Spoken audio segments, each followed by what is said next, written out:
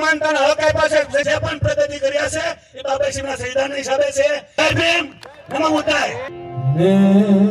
18 વર્ષનો થયો દારૂ પીતા શીખી ગયો અને તું એમ કે મને ખબર નથી, વાત માનવા હું તૈયાર નથી. માં તારી ભૂલ છે. જન્મથી જે હીનયે પ્રેમથી મથવા લીધા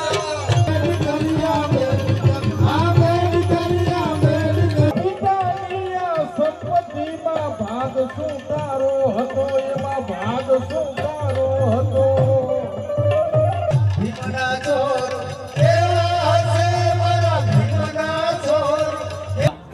આ ગ્રુપ તરફથી ટ્યુશન ક્લાસીસ ચાલે આપણા જે અંડર પ્રિવિલેજ બાળક હોય ને એમની માટે.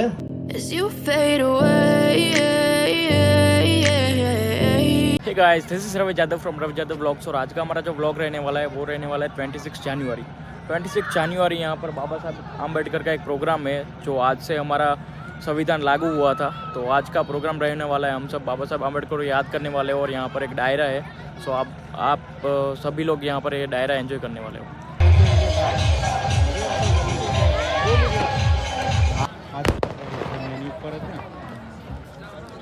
हेलो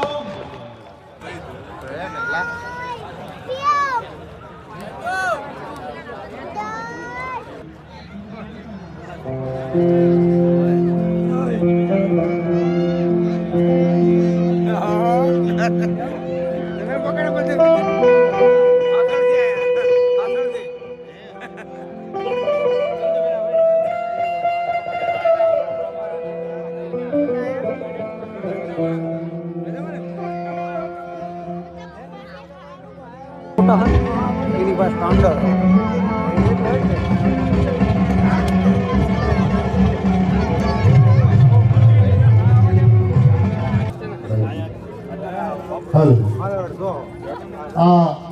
સામે જે મિત્રો ઉભા થઈ બેસી જાય, તમામ મિત્રો પોતપોતાનું સ્થાન ગ્રહણ કરો.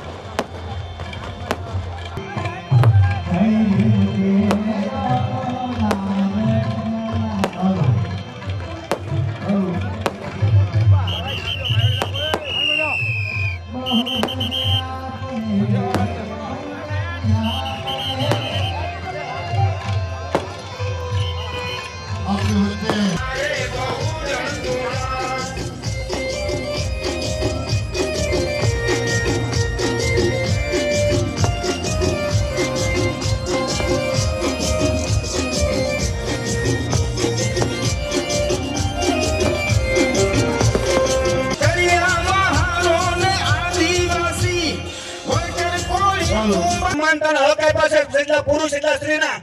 એટલે ભારતમાં બાબા સાહેબનું જેટલું ઋણ છે એ તમામ મહિલાઓ ખરેખર તો આપણે એનો અદા કરવું પડે. આપણી મહિલાઓને પણ કહેવું પડે કે પછી ક્ષત્રિય સમાજની મહિલા હોય, કોઈ બ્રાહ્મણ સમાજની મહિલા હોય, કે વાણિયા સમાજની મહિલા હોય, કે ઓબીસી એસસી સમાજની મહિલા હોય, જ્યારે બાબા સાહેબનું સંવિધાન નહોતું તો એને મતનો અધિકાર નહોતો, ચૂંટણીનો અધિકાર નહોતો, કોઈ અત્યાચાર અન્યાય થાય તો કોઈ ગણી નહોતા. પણ બાબા સાહેબે એટલું સંવિધાન આપ્યું અને જંજીરો તોડી છે. આ દેશમાં બાબા સાહેબનું સંવિધાન છે એટલે આપણે સુરક્ષિત છીએ. બાબા સાહેબનું સંવિધાન છે એટલે આપણી બહેનો પણ પ્રગતિ કરી કે છે. નકર આજે કોઈ પણ સમાજની મહિલા ડોક્ટર નોમિનેટેડ, કલેક્ટર નોમિનેટેડ, જ્યારે ઇન્દિરાબેન મુખ્ય વડાપ્રધાન બન્યા એ બાબા સાહેબની દેન છે. આનંદીબેન સીએમ બન્યા એ પણ આ બાબા સાહેબની દેન છે. જો બાબા સાહેબે લેડીઝો માટે મુખ્યમંત્રી કે વડાપ્રધાનનો નિયમ ન કર્યા હોત તો આજે એ પણ ગધા મજૂરી કરતા હોત.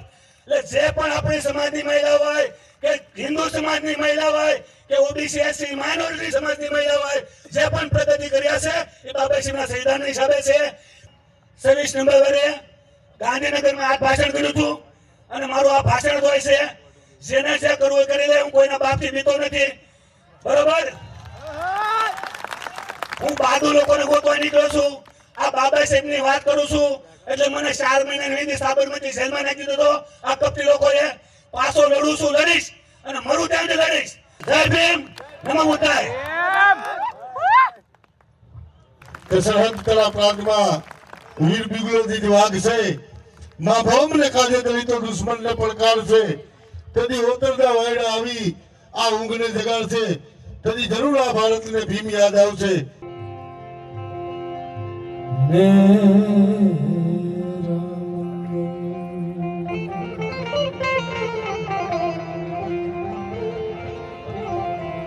તેરા મંગલ હો. 18 વર્ષનો થયો દારૂ પીતા શીખી ગયો અને તું એમ કે મને ખબર નથી. વાત માનવા હું તૈયાર નથી. માં તારી ભૂલ છે. આ ખાડા કાન કર્યા માં. અને આગેવાનોની ફરજ સમાજના રક્ષણની હોય, પોષણની હોય, શિક્ષણની હોય, પણ દીકરાઓની જવાબદારી તો મા બાપની હોય. એને તમે સમાજને દોષ ન દઈ શકો. એ વ્યક્તિગત જવાબદારી છે. બંધારણ સભામાં તમામ સભાસદો બેઠા છે. આ બધું ઉપ સ્પીકર ઉભા છે. જો બંધારણની ભાષામાં વાત કરું તો જે વિષય ઉપર રાજ્ય કાયદા બનાવી શકે ને એને રાજ્ય સૂચિ કહેવાય. જે વિષય ઉપર કેન્દ્ર કાયદા બનાવી શકે એને કેન્દ્ર સૂચિ કહેવાય. અને જે વિષય ઉપર બંને કાયદા બનાવી શકે ને એને સમવાય સૂચિ કહેવાય. હવે વિષય એટલે શું? દાખલા તરીકે પાણી એક વિષય છે કે પાણી કેને દેવું, ક્યાં છે, આ નદીનું નળ જળ છે ક્યાં કેને, તો એના ઉપર કાયદા બનાવવાનો અધિકાર કે નહીં એના નક્કી થાય. વિષયો બધા. એવી જ રીતે એક વિષય આવ્યો આર્મીનો કે આર્મી કેને દેવી? રાજ્ય સરકારને દેવી કે કેન્દ્ર સરકારને દેવી? આના ઉપર કાયદા કોણ બનાવી શકશે? સાંભળજો. હા, ભારતને ભારત બનાવી રાખવાની માટેની બુદ્ધિ જોડો તમે કે હવે આર્મી આવી છે તો કે એ વિષય કેનો? એક પછી ઘણા એવું કીધું કે રાજ્યને આપી દેવું જોઈએ, ઘણા એવું કીધું કે કેન્દ્રને આપી દેવું જોઈએ, ઘણા એવું કીધું બેયને રાખવું જોઈએ. એ બધા મત બધાના મૂકવા માંડ્યા. પછી ઉપ સ્પીકર ઉભા થઈને કીધું, સાંભળજો, આ રેકોર્ડ છે કે હવે જેને પોતાનો મત મૂકવો એ મૂકી દેજો. હવે હું ડોક્ટર બાબા સાહેબ આંબેડકરને બોલવાનું કહું છું. એક વખત બાબા સાહેબ બોલી લેશે ને તો પછી હું કોઈને સાંભળીશ નહીં. આ ઉપ સ્પીકર બોલ્યો છે ત્યાં. અને પછી બાબા સાહેબે પોતાનો મત મૂક્યો કે હા, આ આર્મીનો વિષય છે ને, મિલિટરીનો વિષય છે ને, તો કે હા, એ કેન્દ્રને આપી દેવો જોઈએ. અને પોલીસ તંત્ર છે ને, એ રાજ્ય સરકારને આપી દેવું જોઈએ. હવે વિચાર કરો કે કદાચ ને આર્મીનો મિલિટરીનો વિષય કેન્દ્રને ના આપ્યો તો રાજ્યએ રાખ્યો હોત તો રાજસ્થાનની મિલિટરી અલગ હોત, ગુજરાતની મિલિટરી અલગ હોત, મહારાષ્ટ્રની મિલિટરી અલગ હોત, અને પશ્ચિમ બંગાળની મિલિટરી અટાણે કાશ્મીરમાં ઊભી હોત કે કાશ્મીર મને દઈ દે. ખાલી એક જો એ દ્રષ્ટિ ના હોત તો ક્યાં ગુજરાત બધામાં ઉભા રહે કે ઉત્તર પ્રદેશ અમારું છે. એક દીર્ઘ દ્રષ્ટિ ને એક વાત, એક જોડાણ, એક એની રજૂઆતો જે કાયમને માટે તમને મને કંઈક ને કંઈક દઈને જાય છે. એટલે તમે ને હું જેને બિરદાવવા માટે નીકળ્યા છે, જેને યાદ કરવા માટે નીકળ્યા છે, એના ઋણને વધારવા માટે નીકળ્યા છે. તો બેસી જાઓ ભાઈ, બેસી જાઓ મારા વાલા, કામ આવી જાઓ. હા, તમને મોજ પડે ને આ બધું તમારું જ છે ભાઈ. ક્યાં આપના ક્યાં ભરાયા હમ તો આવી જાવ તમે મેદાનમાં. હા, ત્યારે ઘણી વાતો મારે આપની વચ્ચે મૂકવી છે.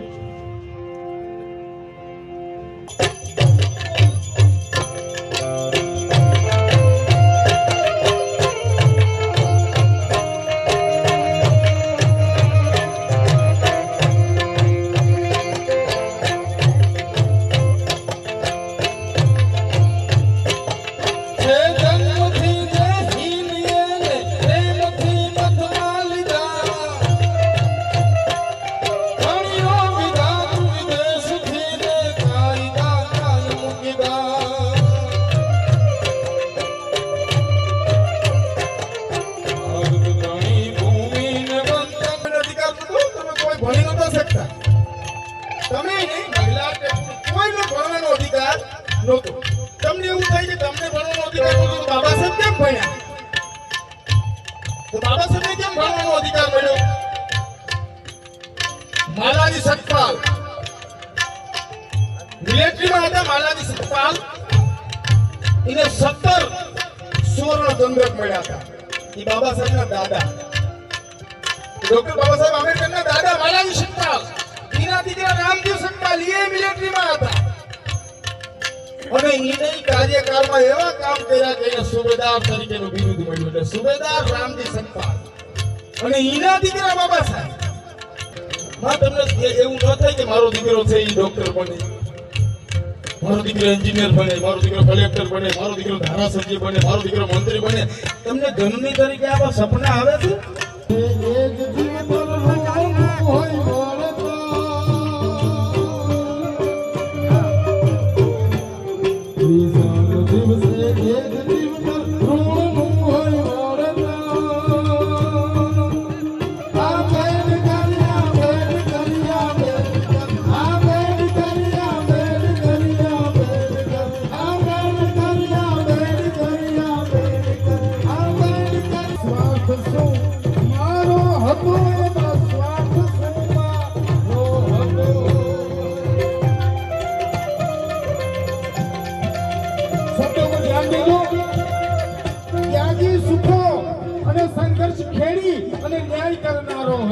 ભૂતકાળમાંથી શીખ લઈ અને ભાઈનો ઘરવાળો હતો અને પરિવારને કરતો કરી હું પીડિતને પડકારતો.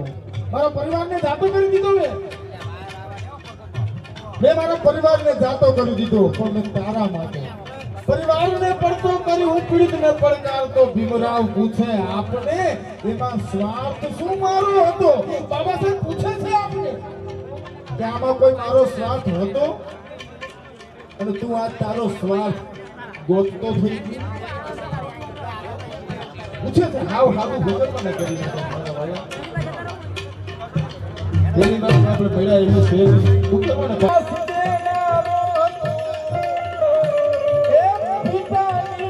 સંપત્તિમાં ભાગ શું તારો હતો? એમાં ભાગ શું તારો હતો? કઈ દાતને કલમો લખી હું પણ મારા પાગલ પ્રાણિયા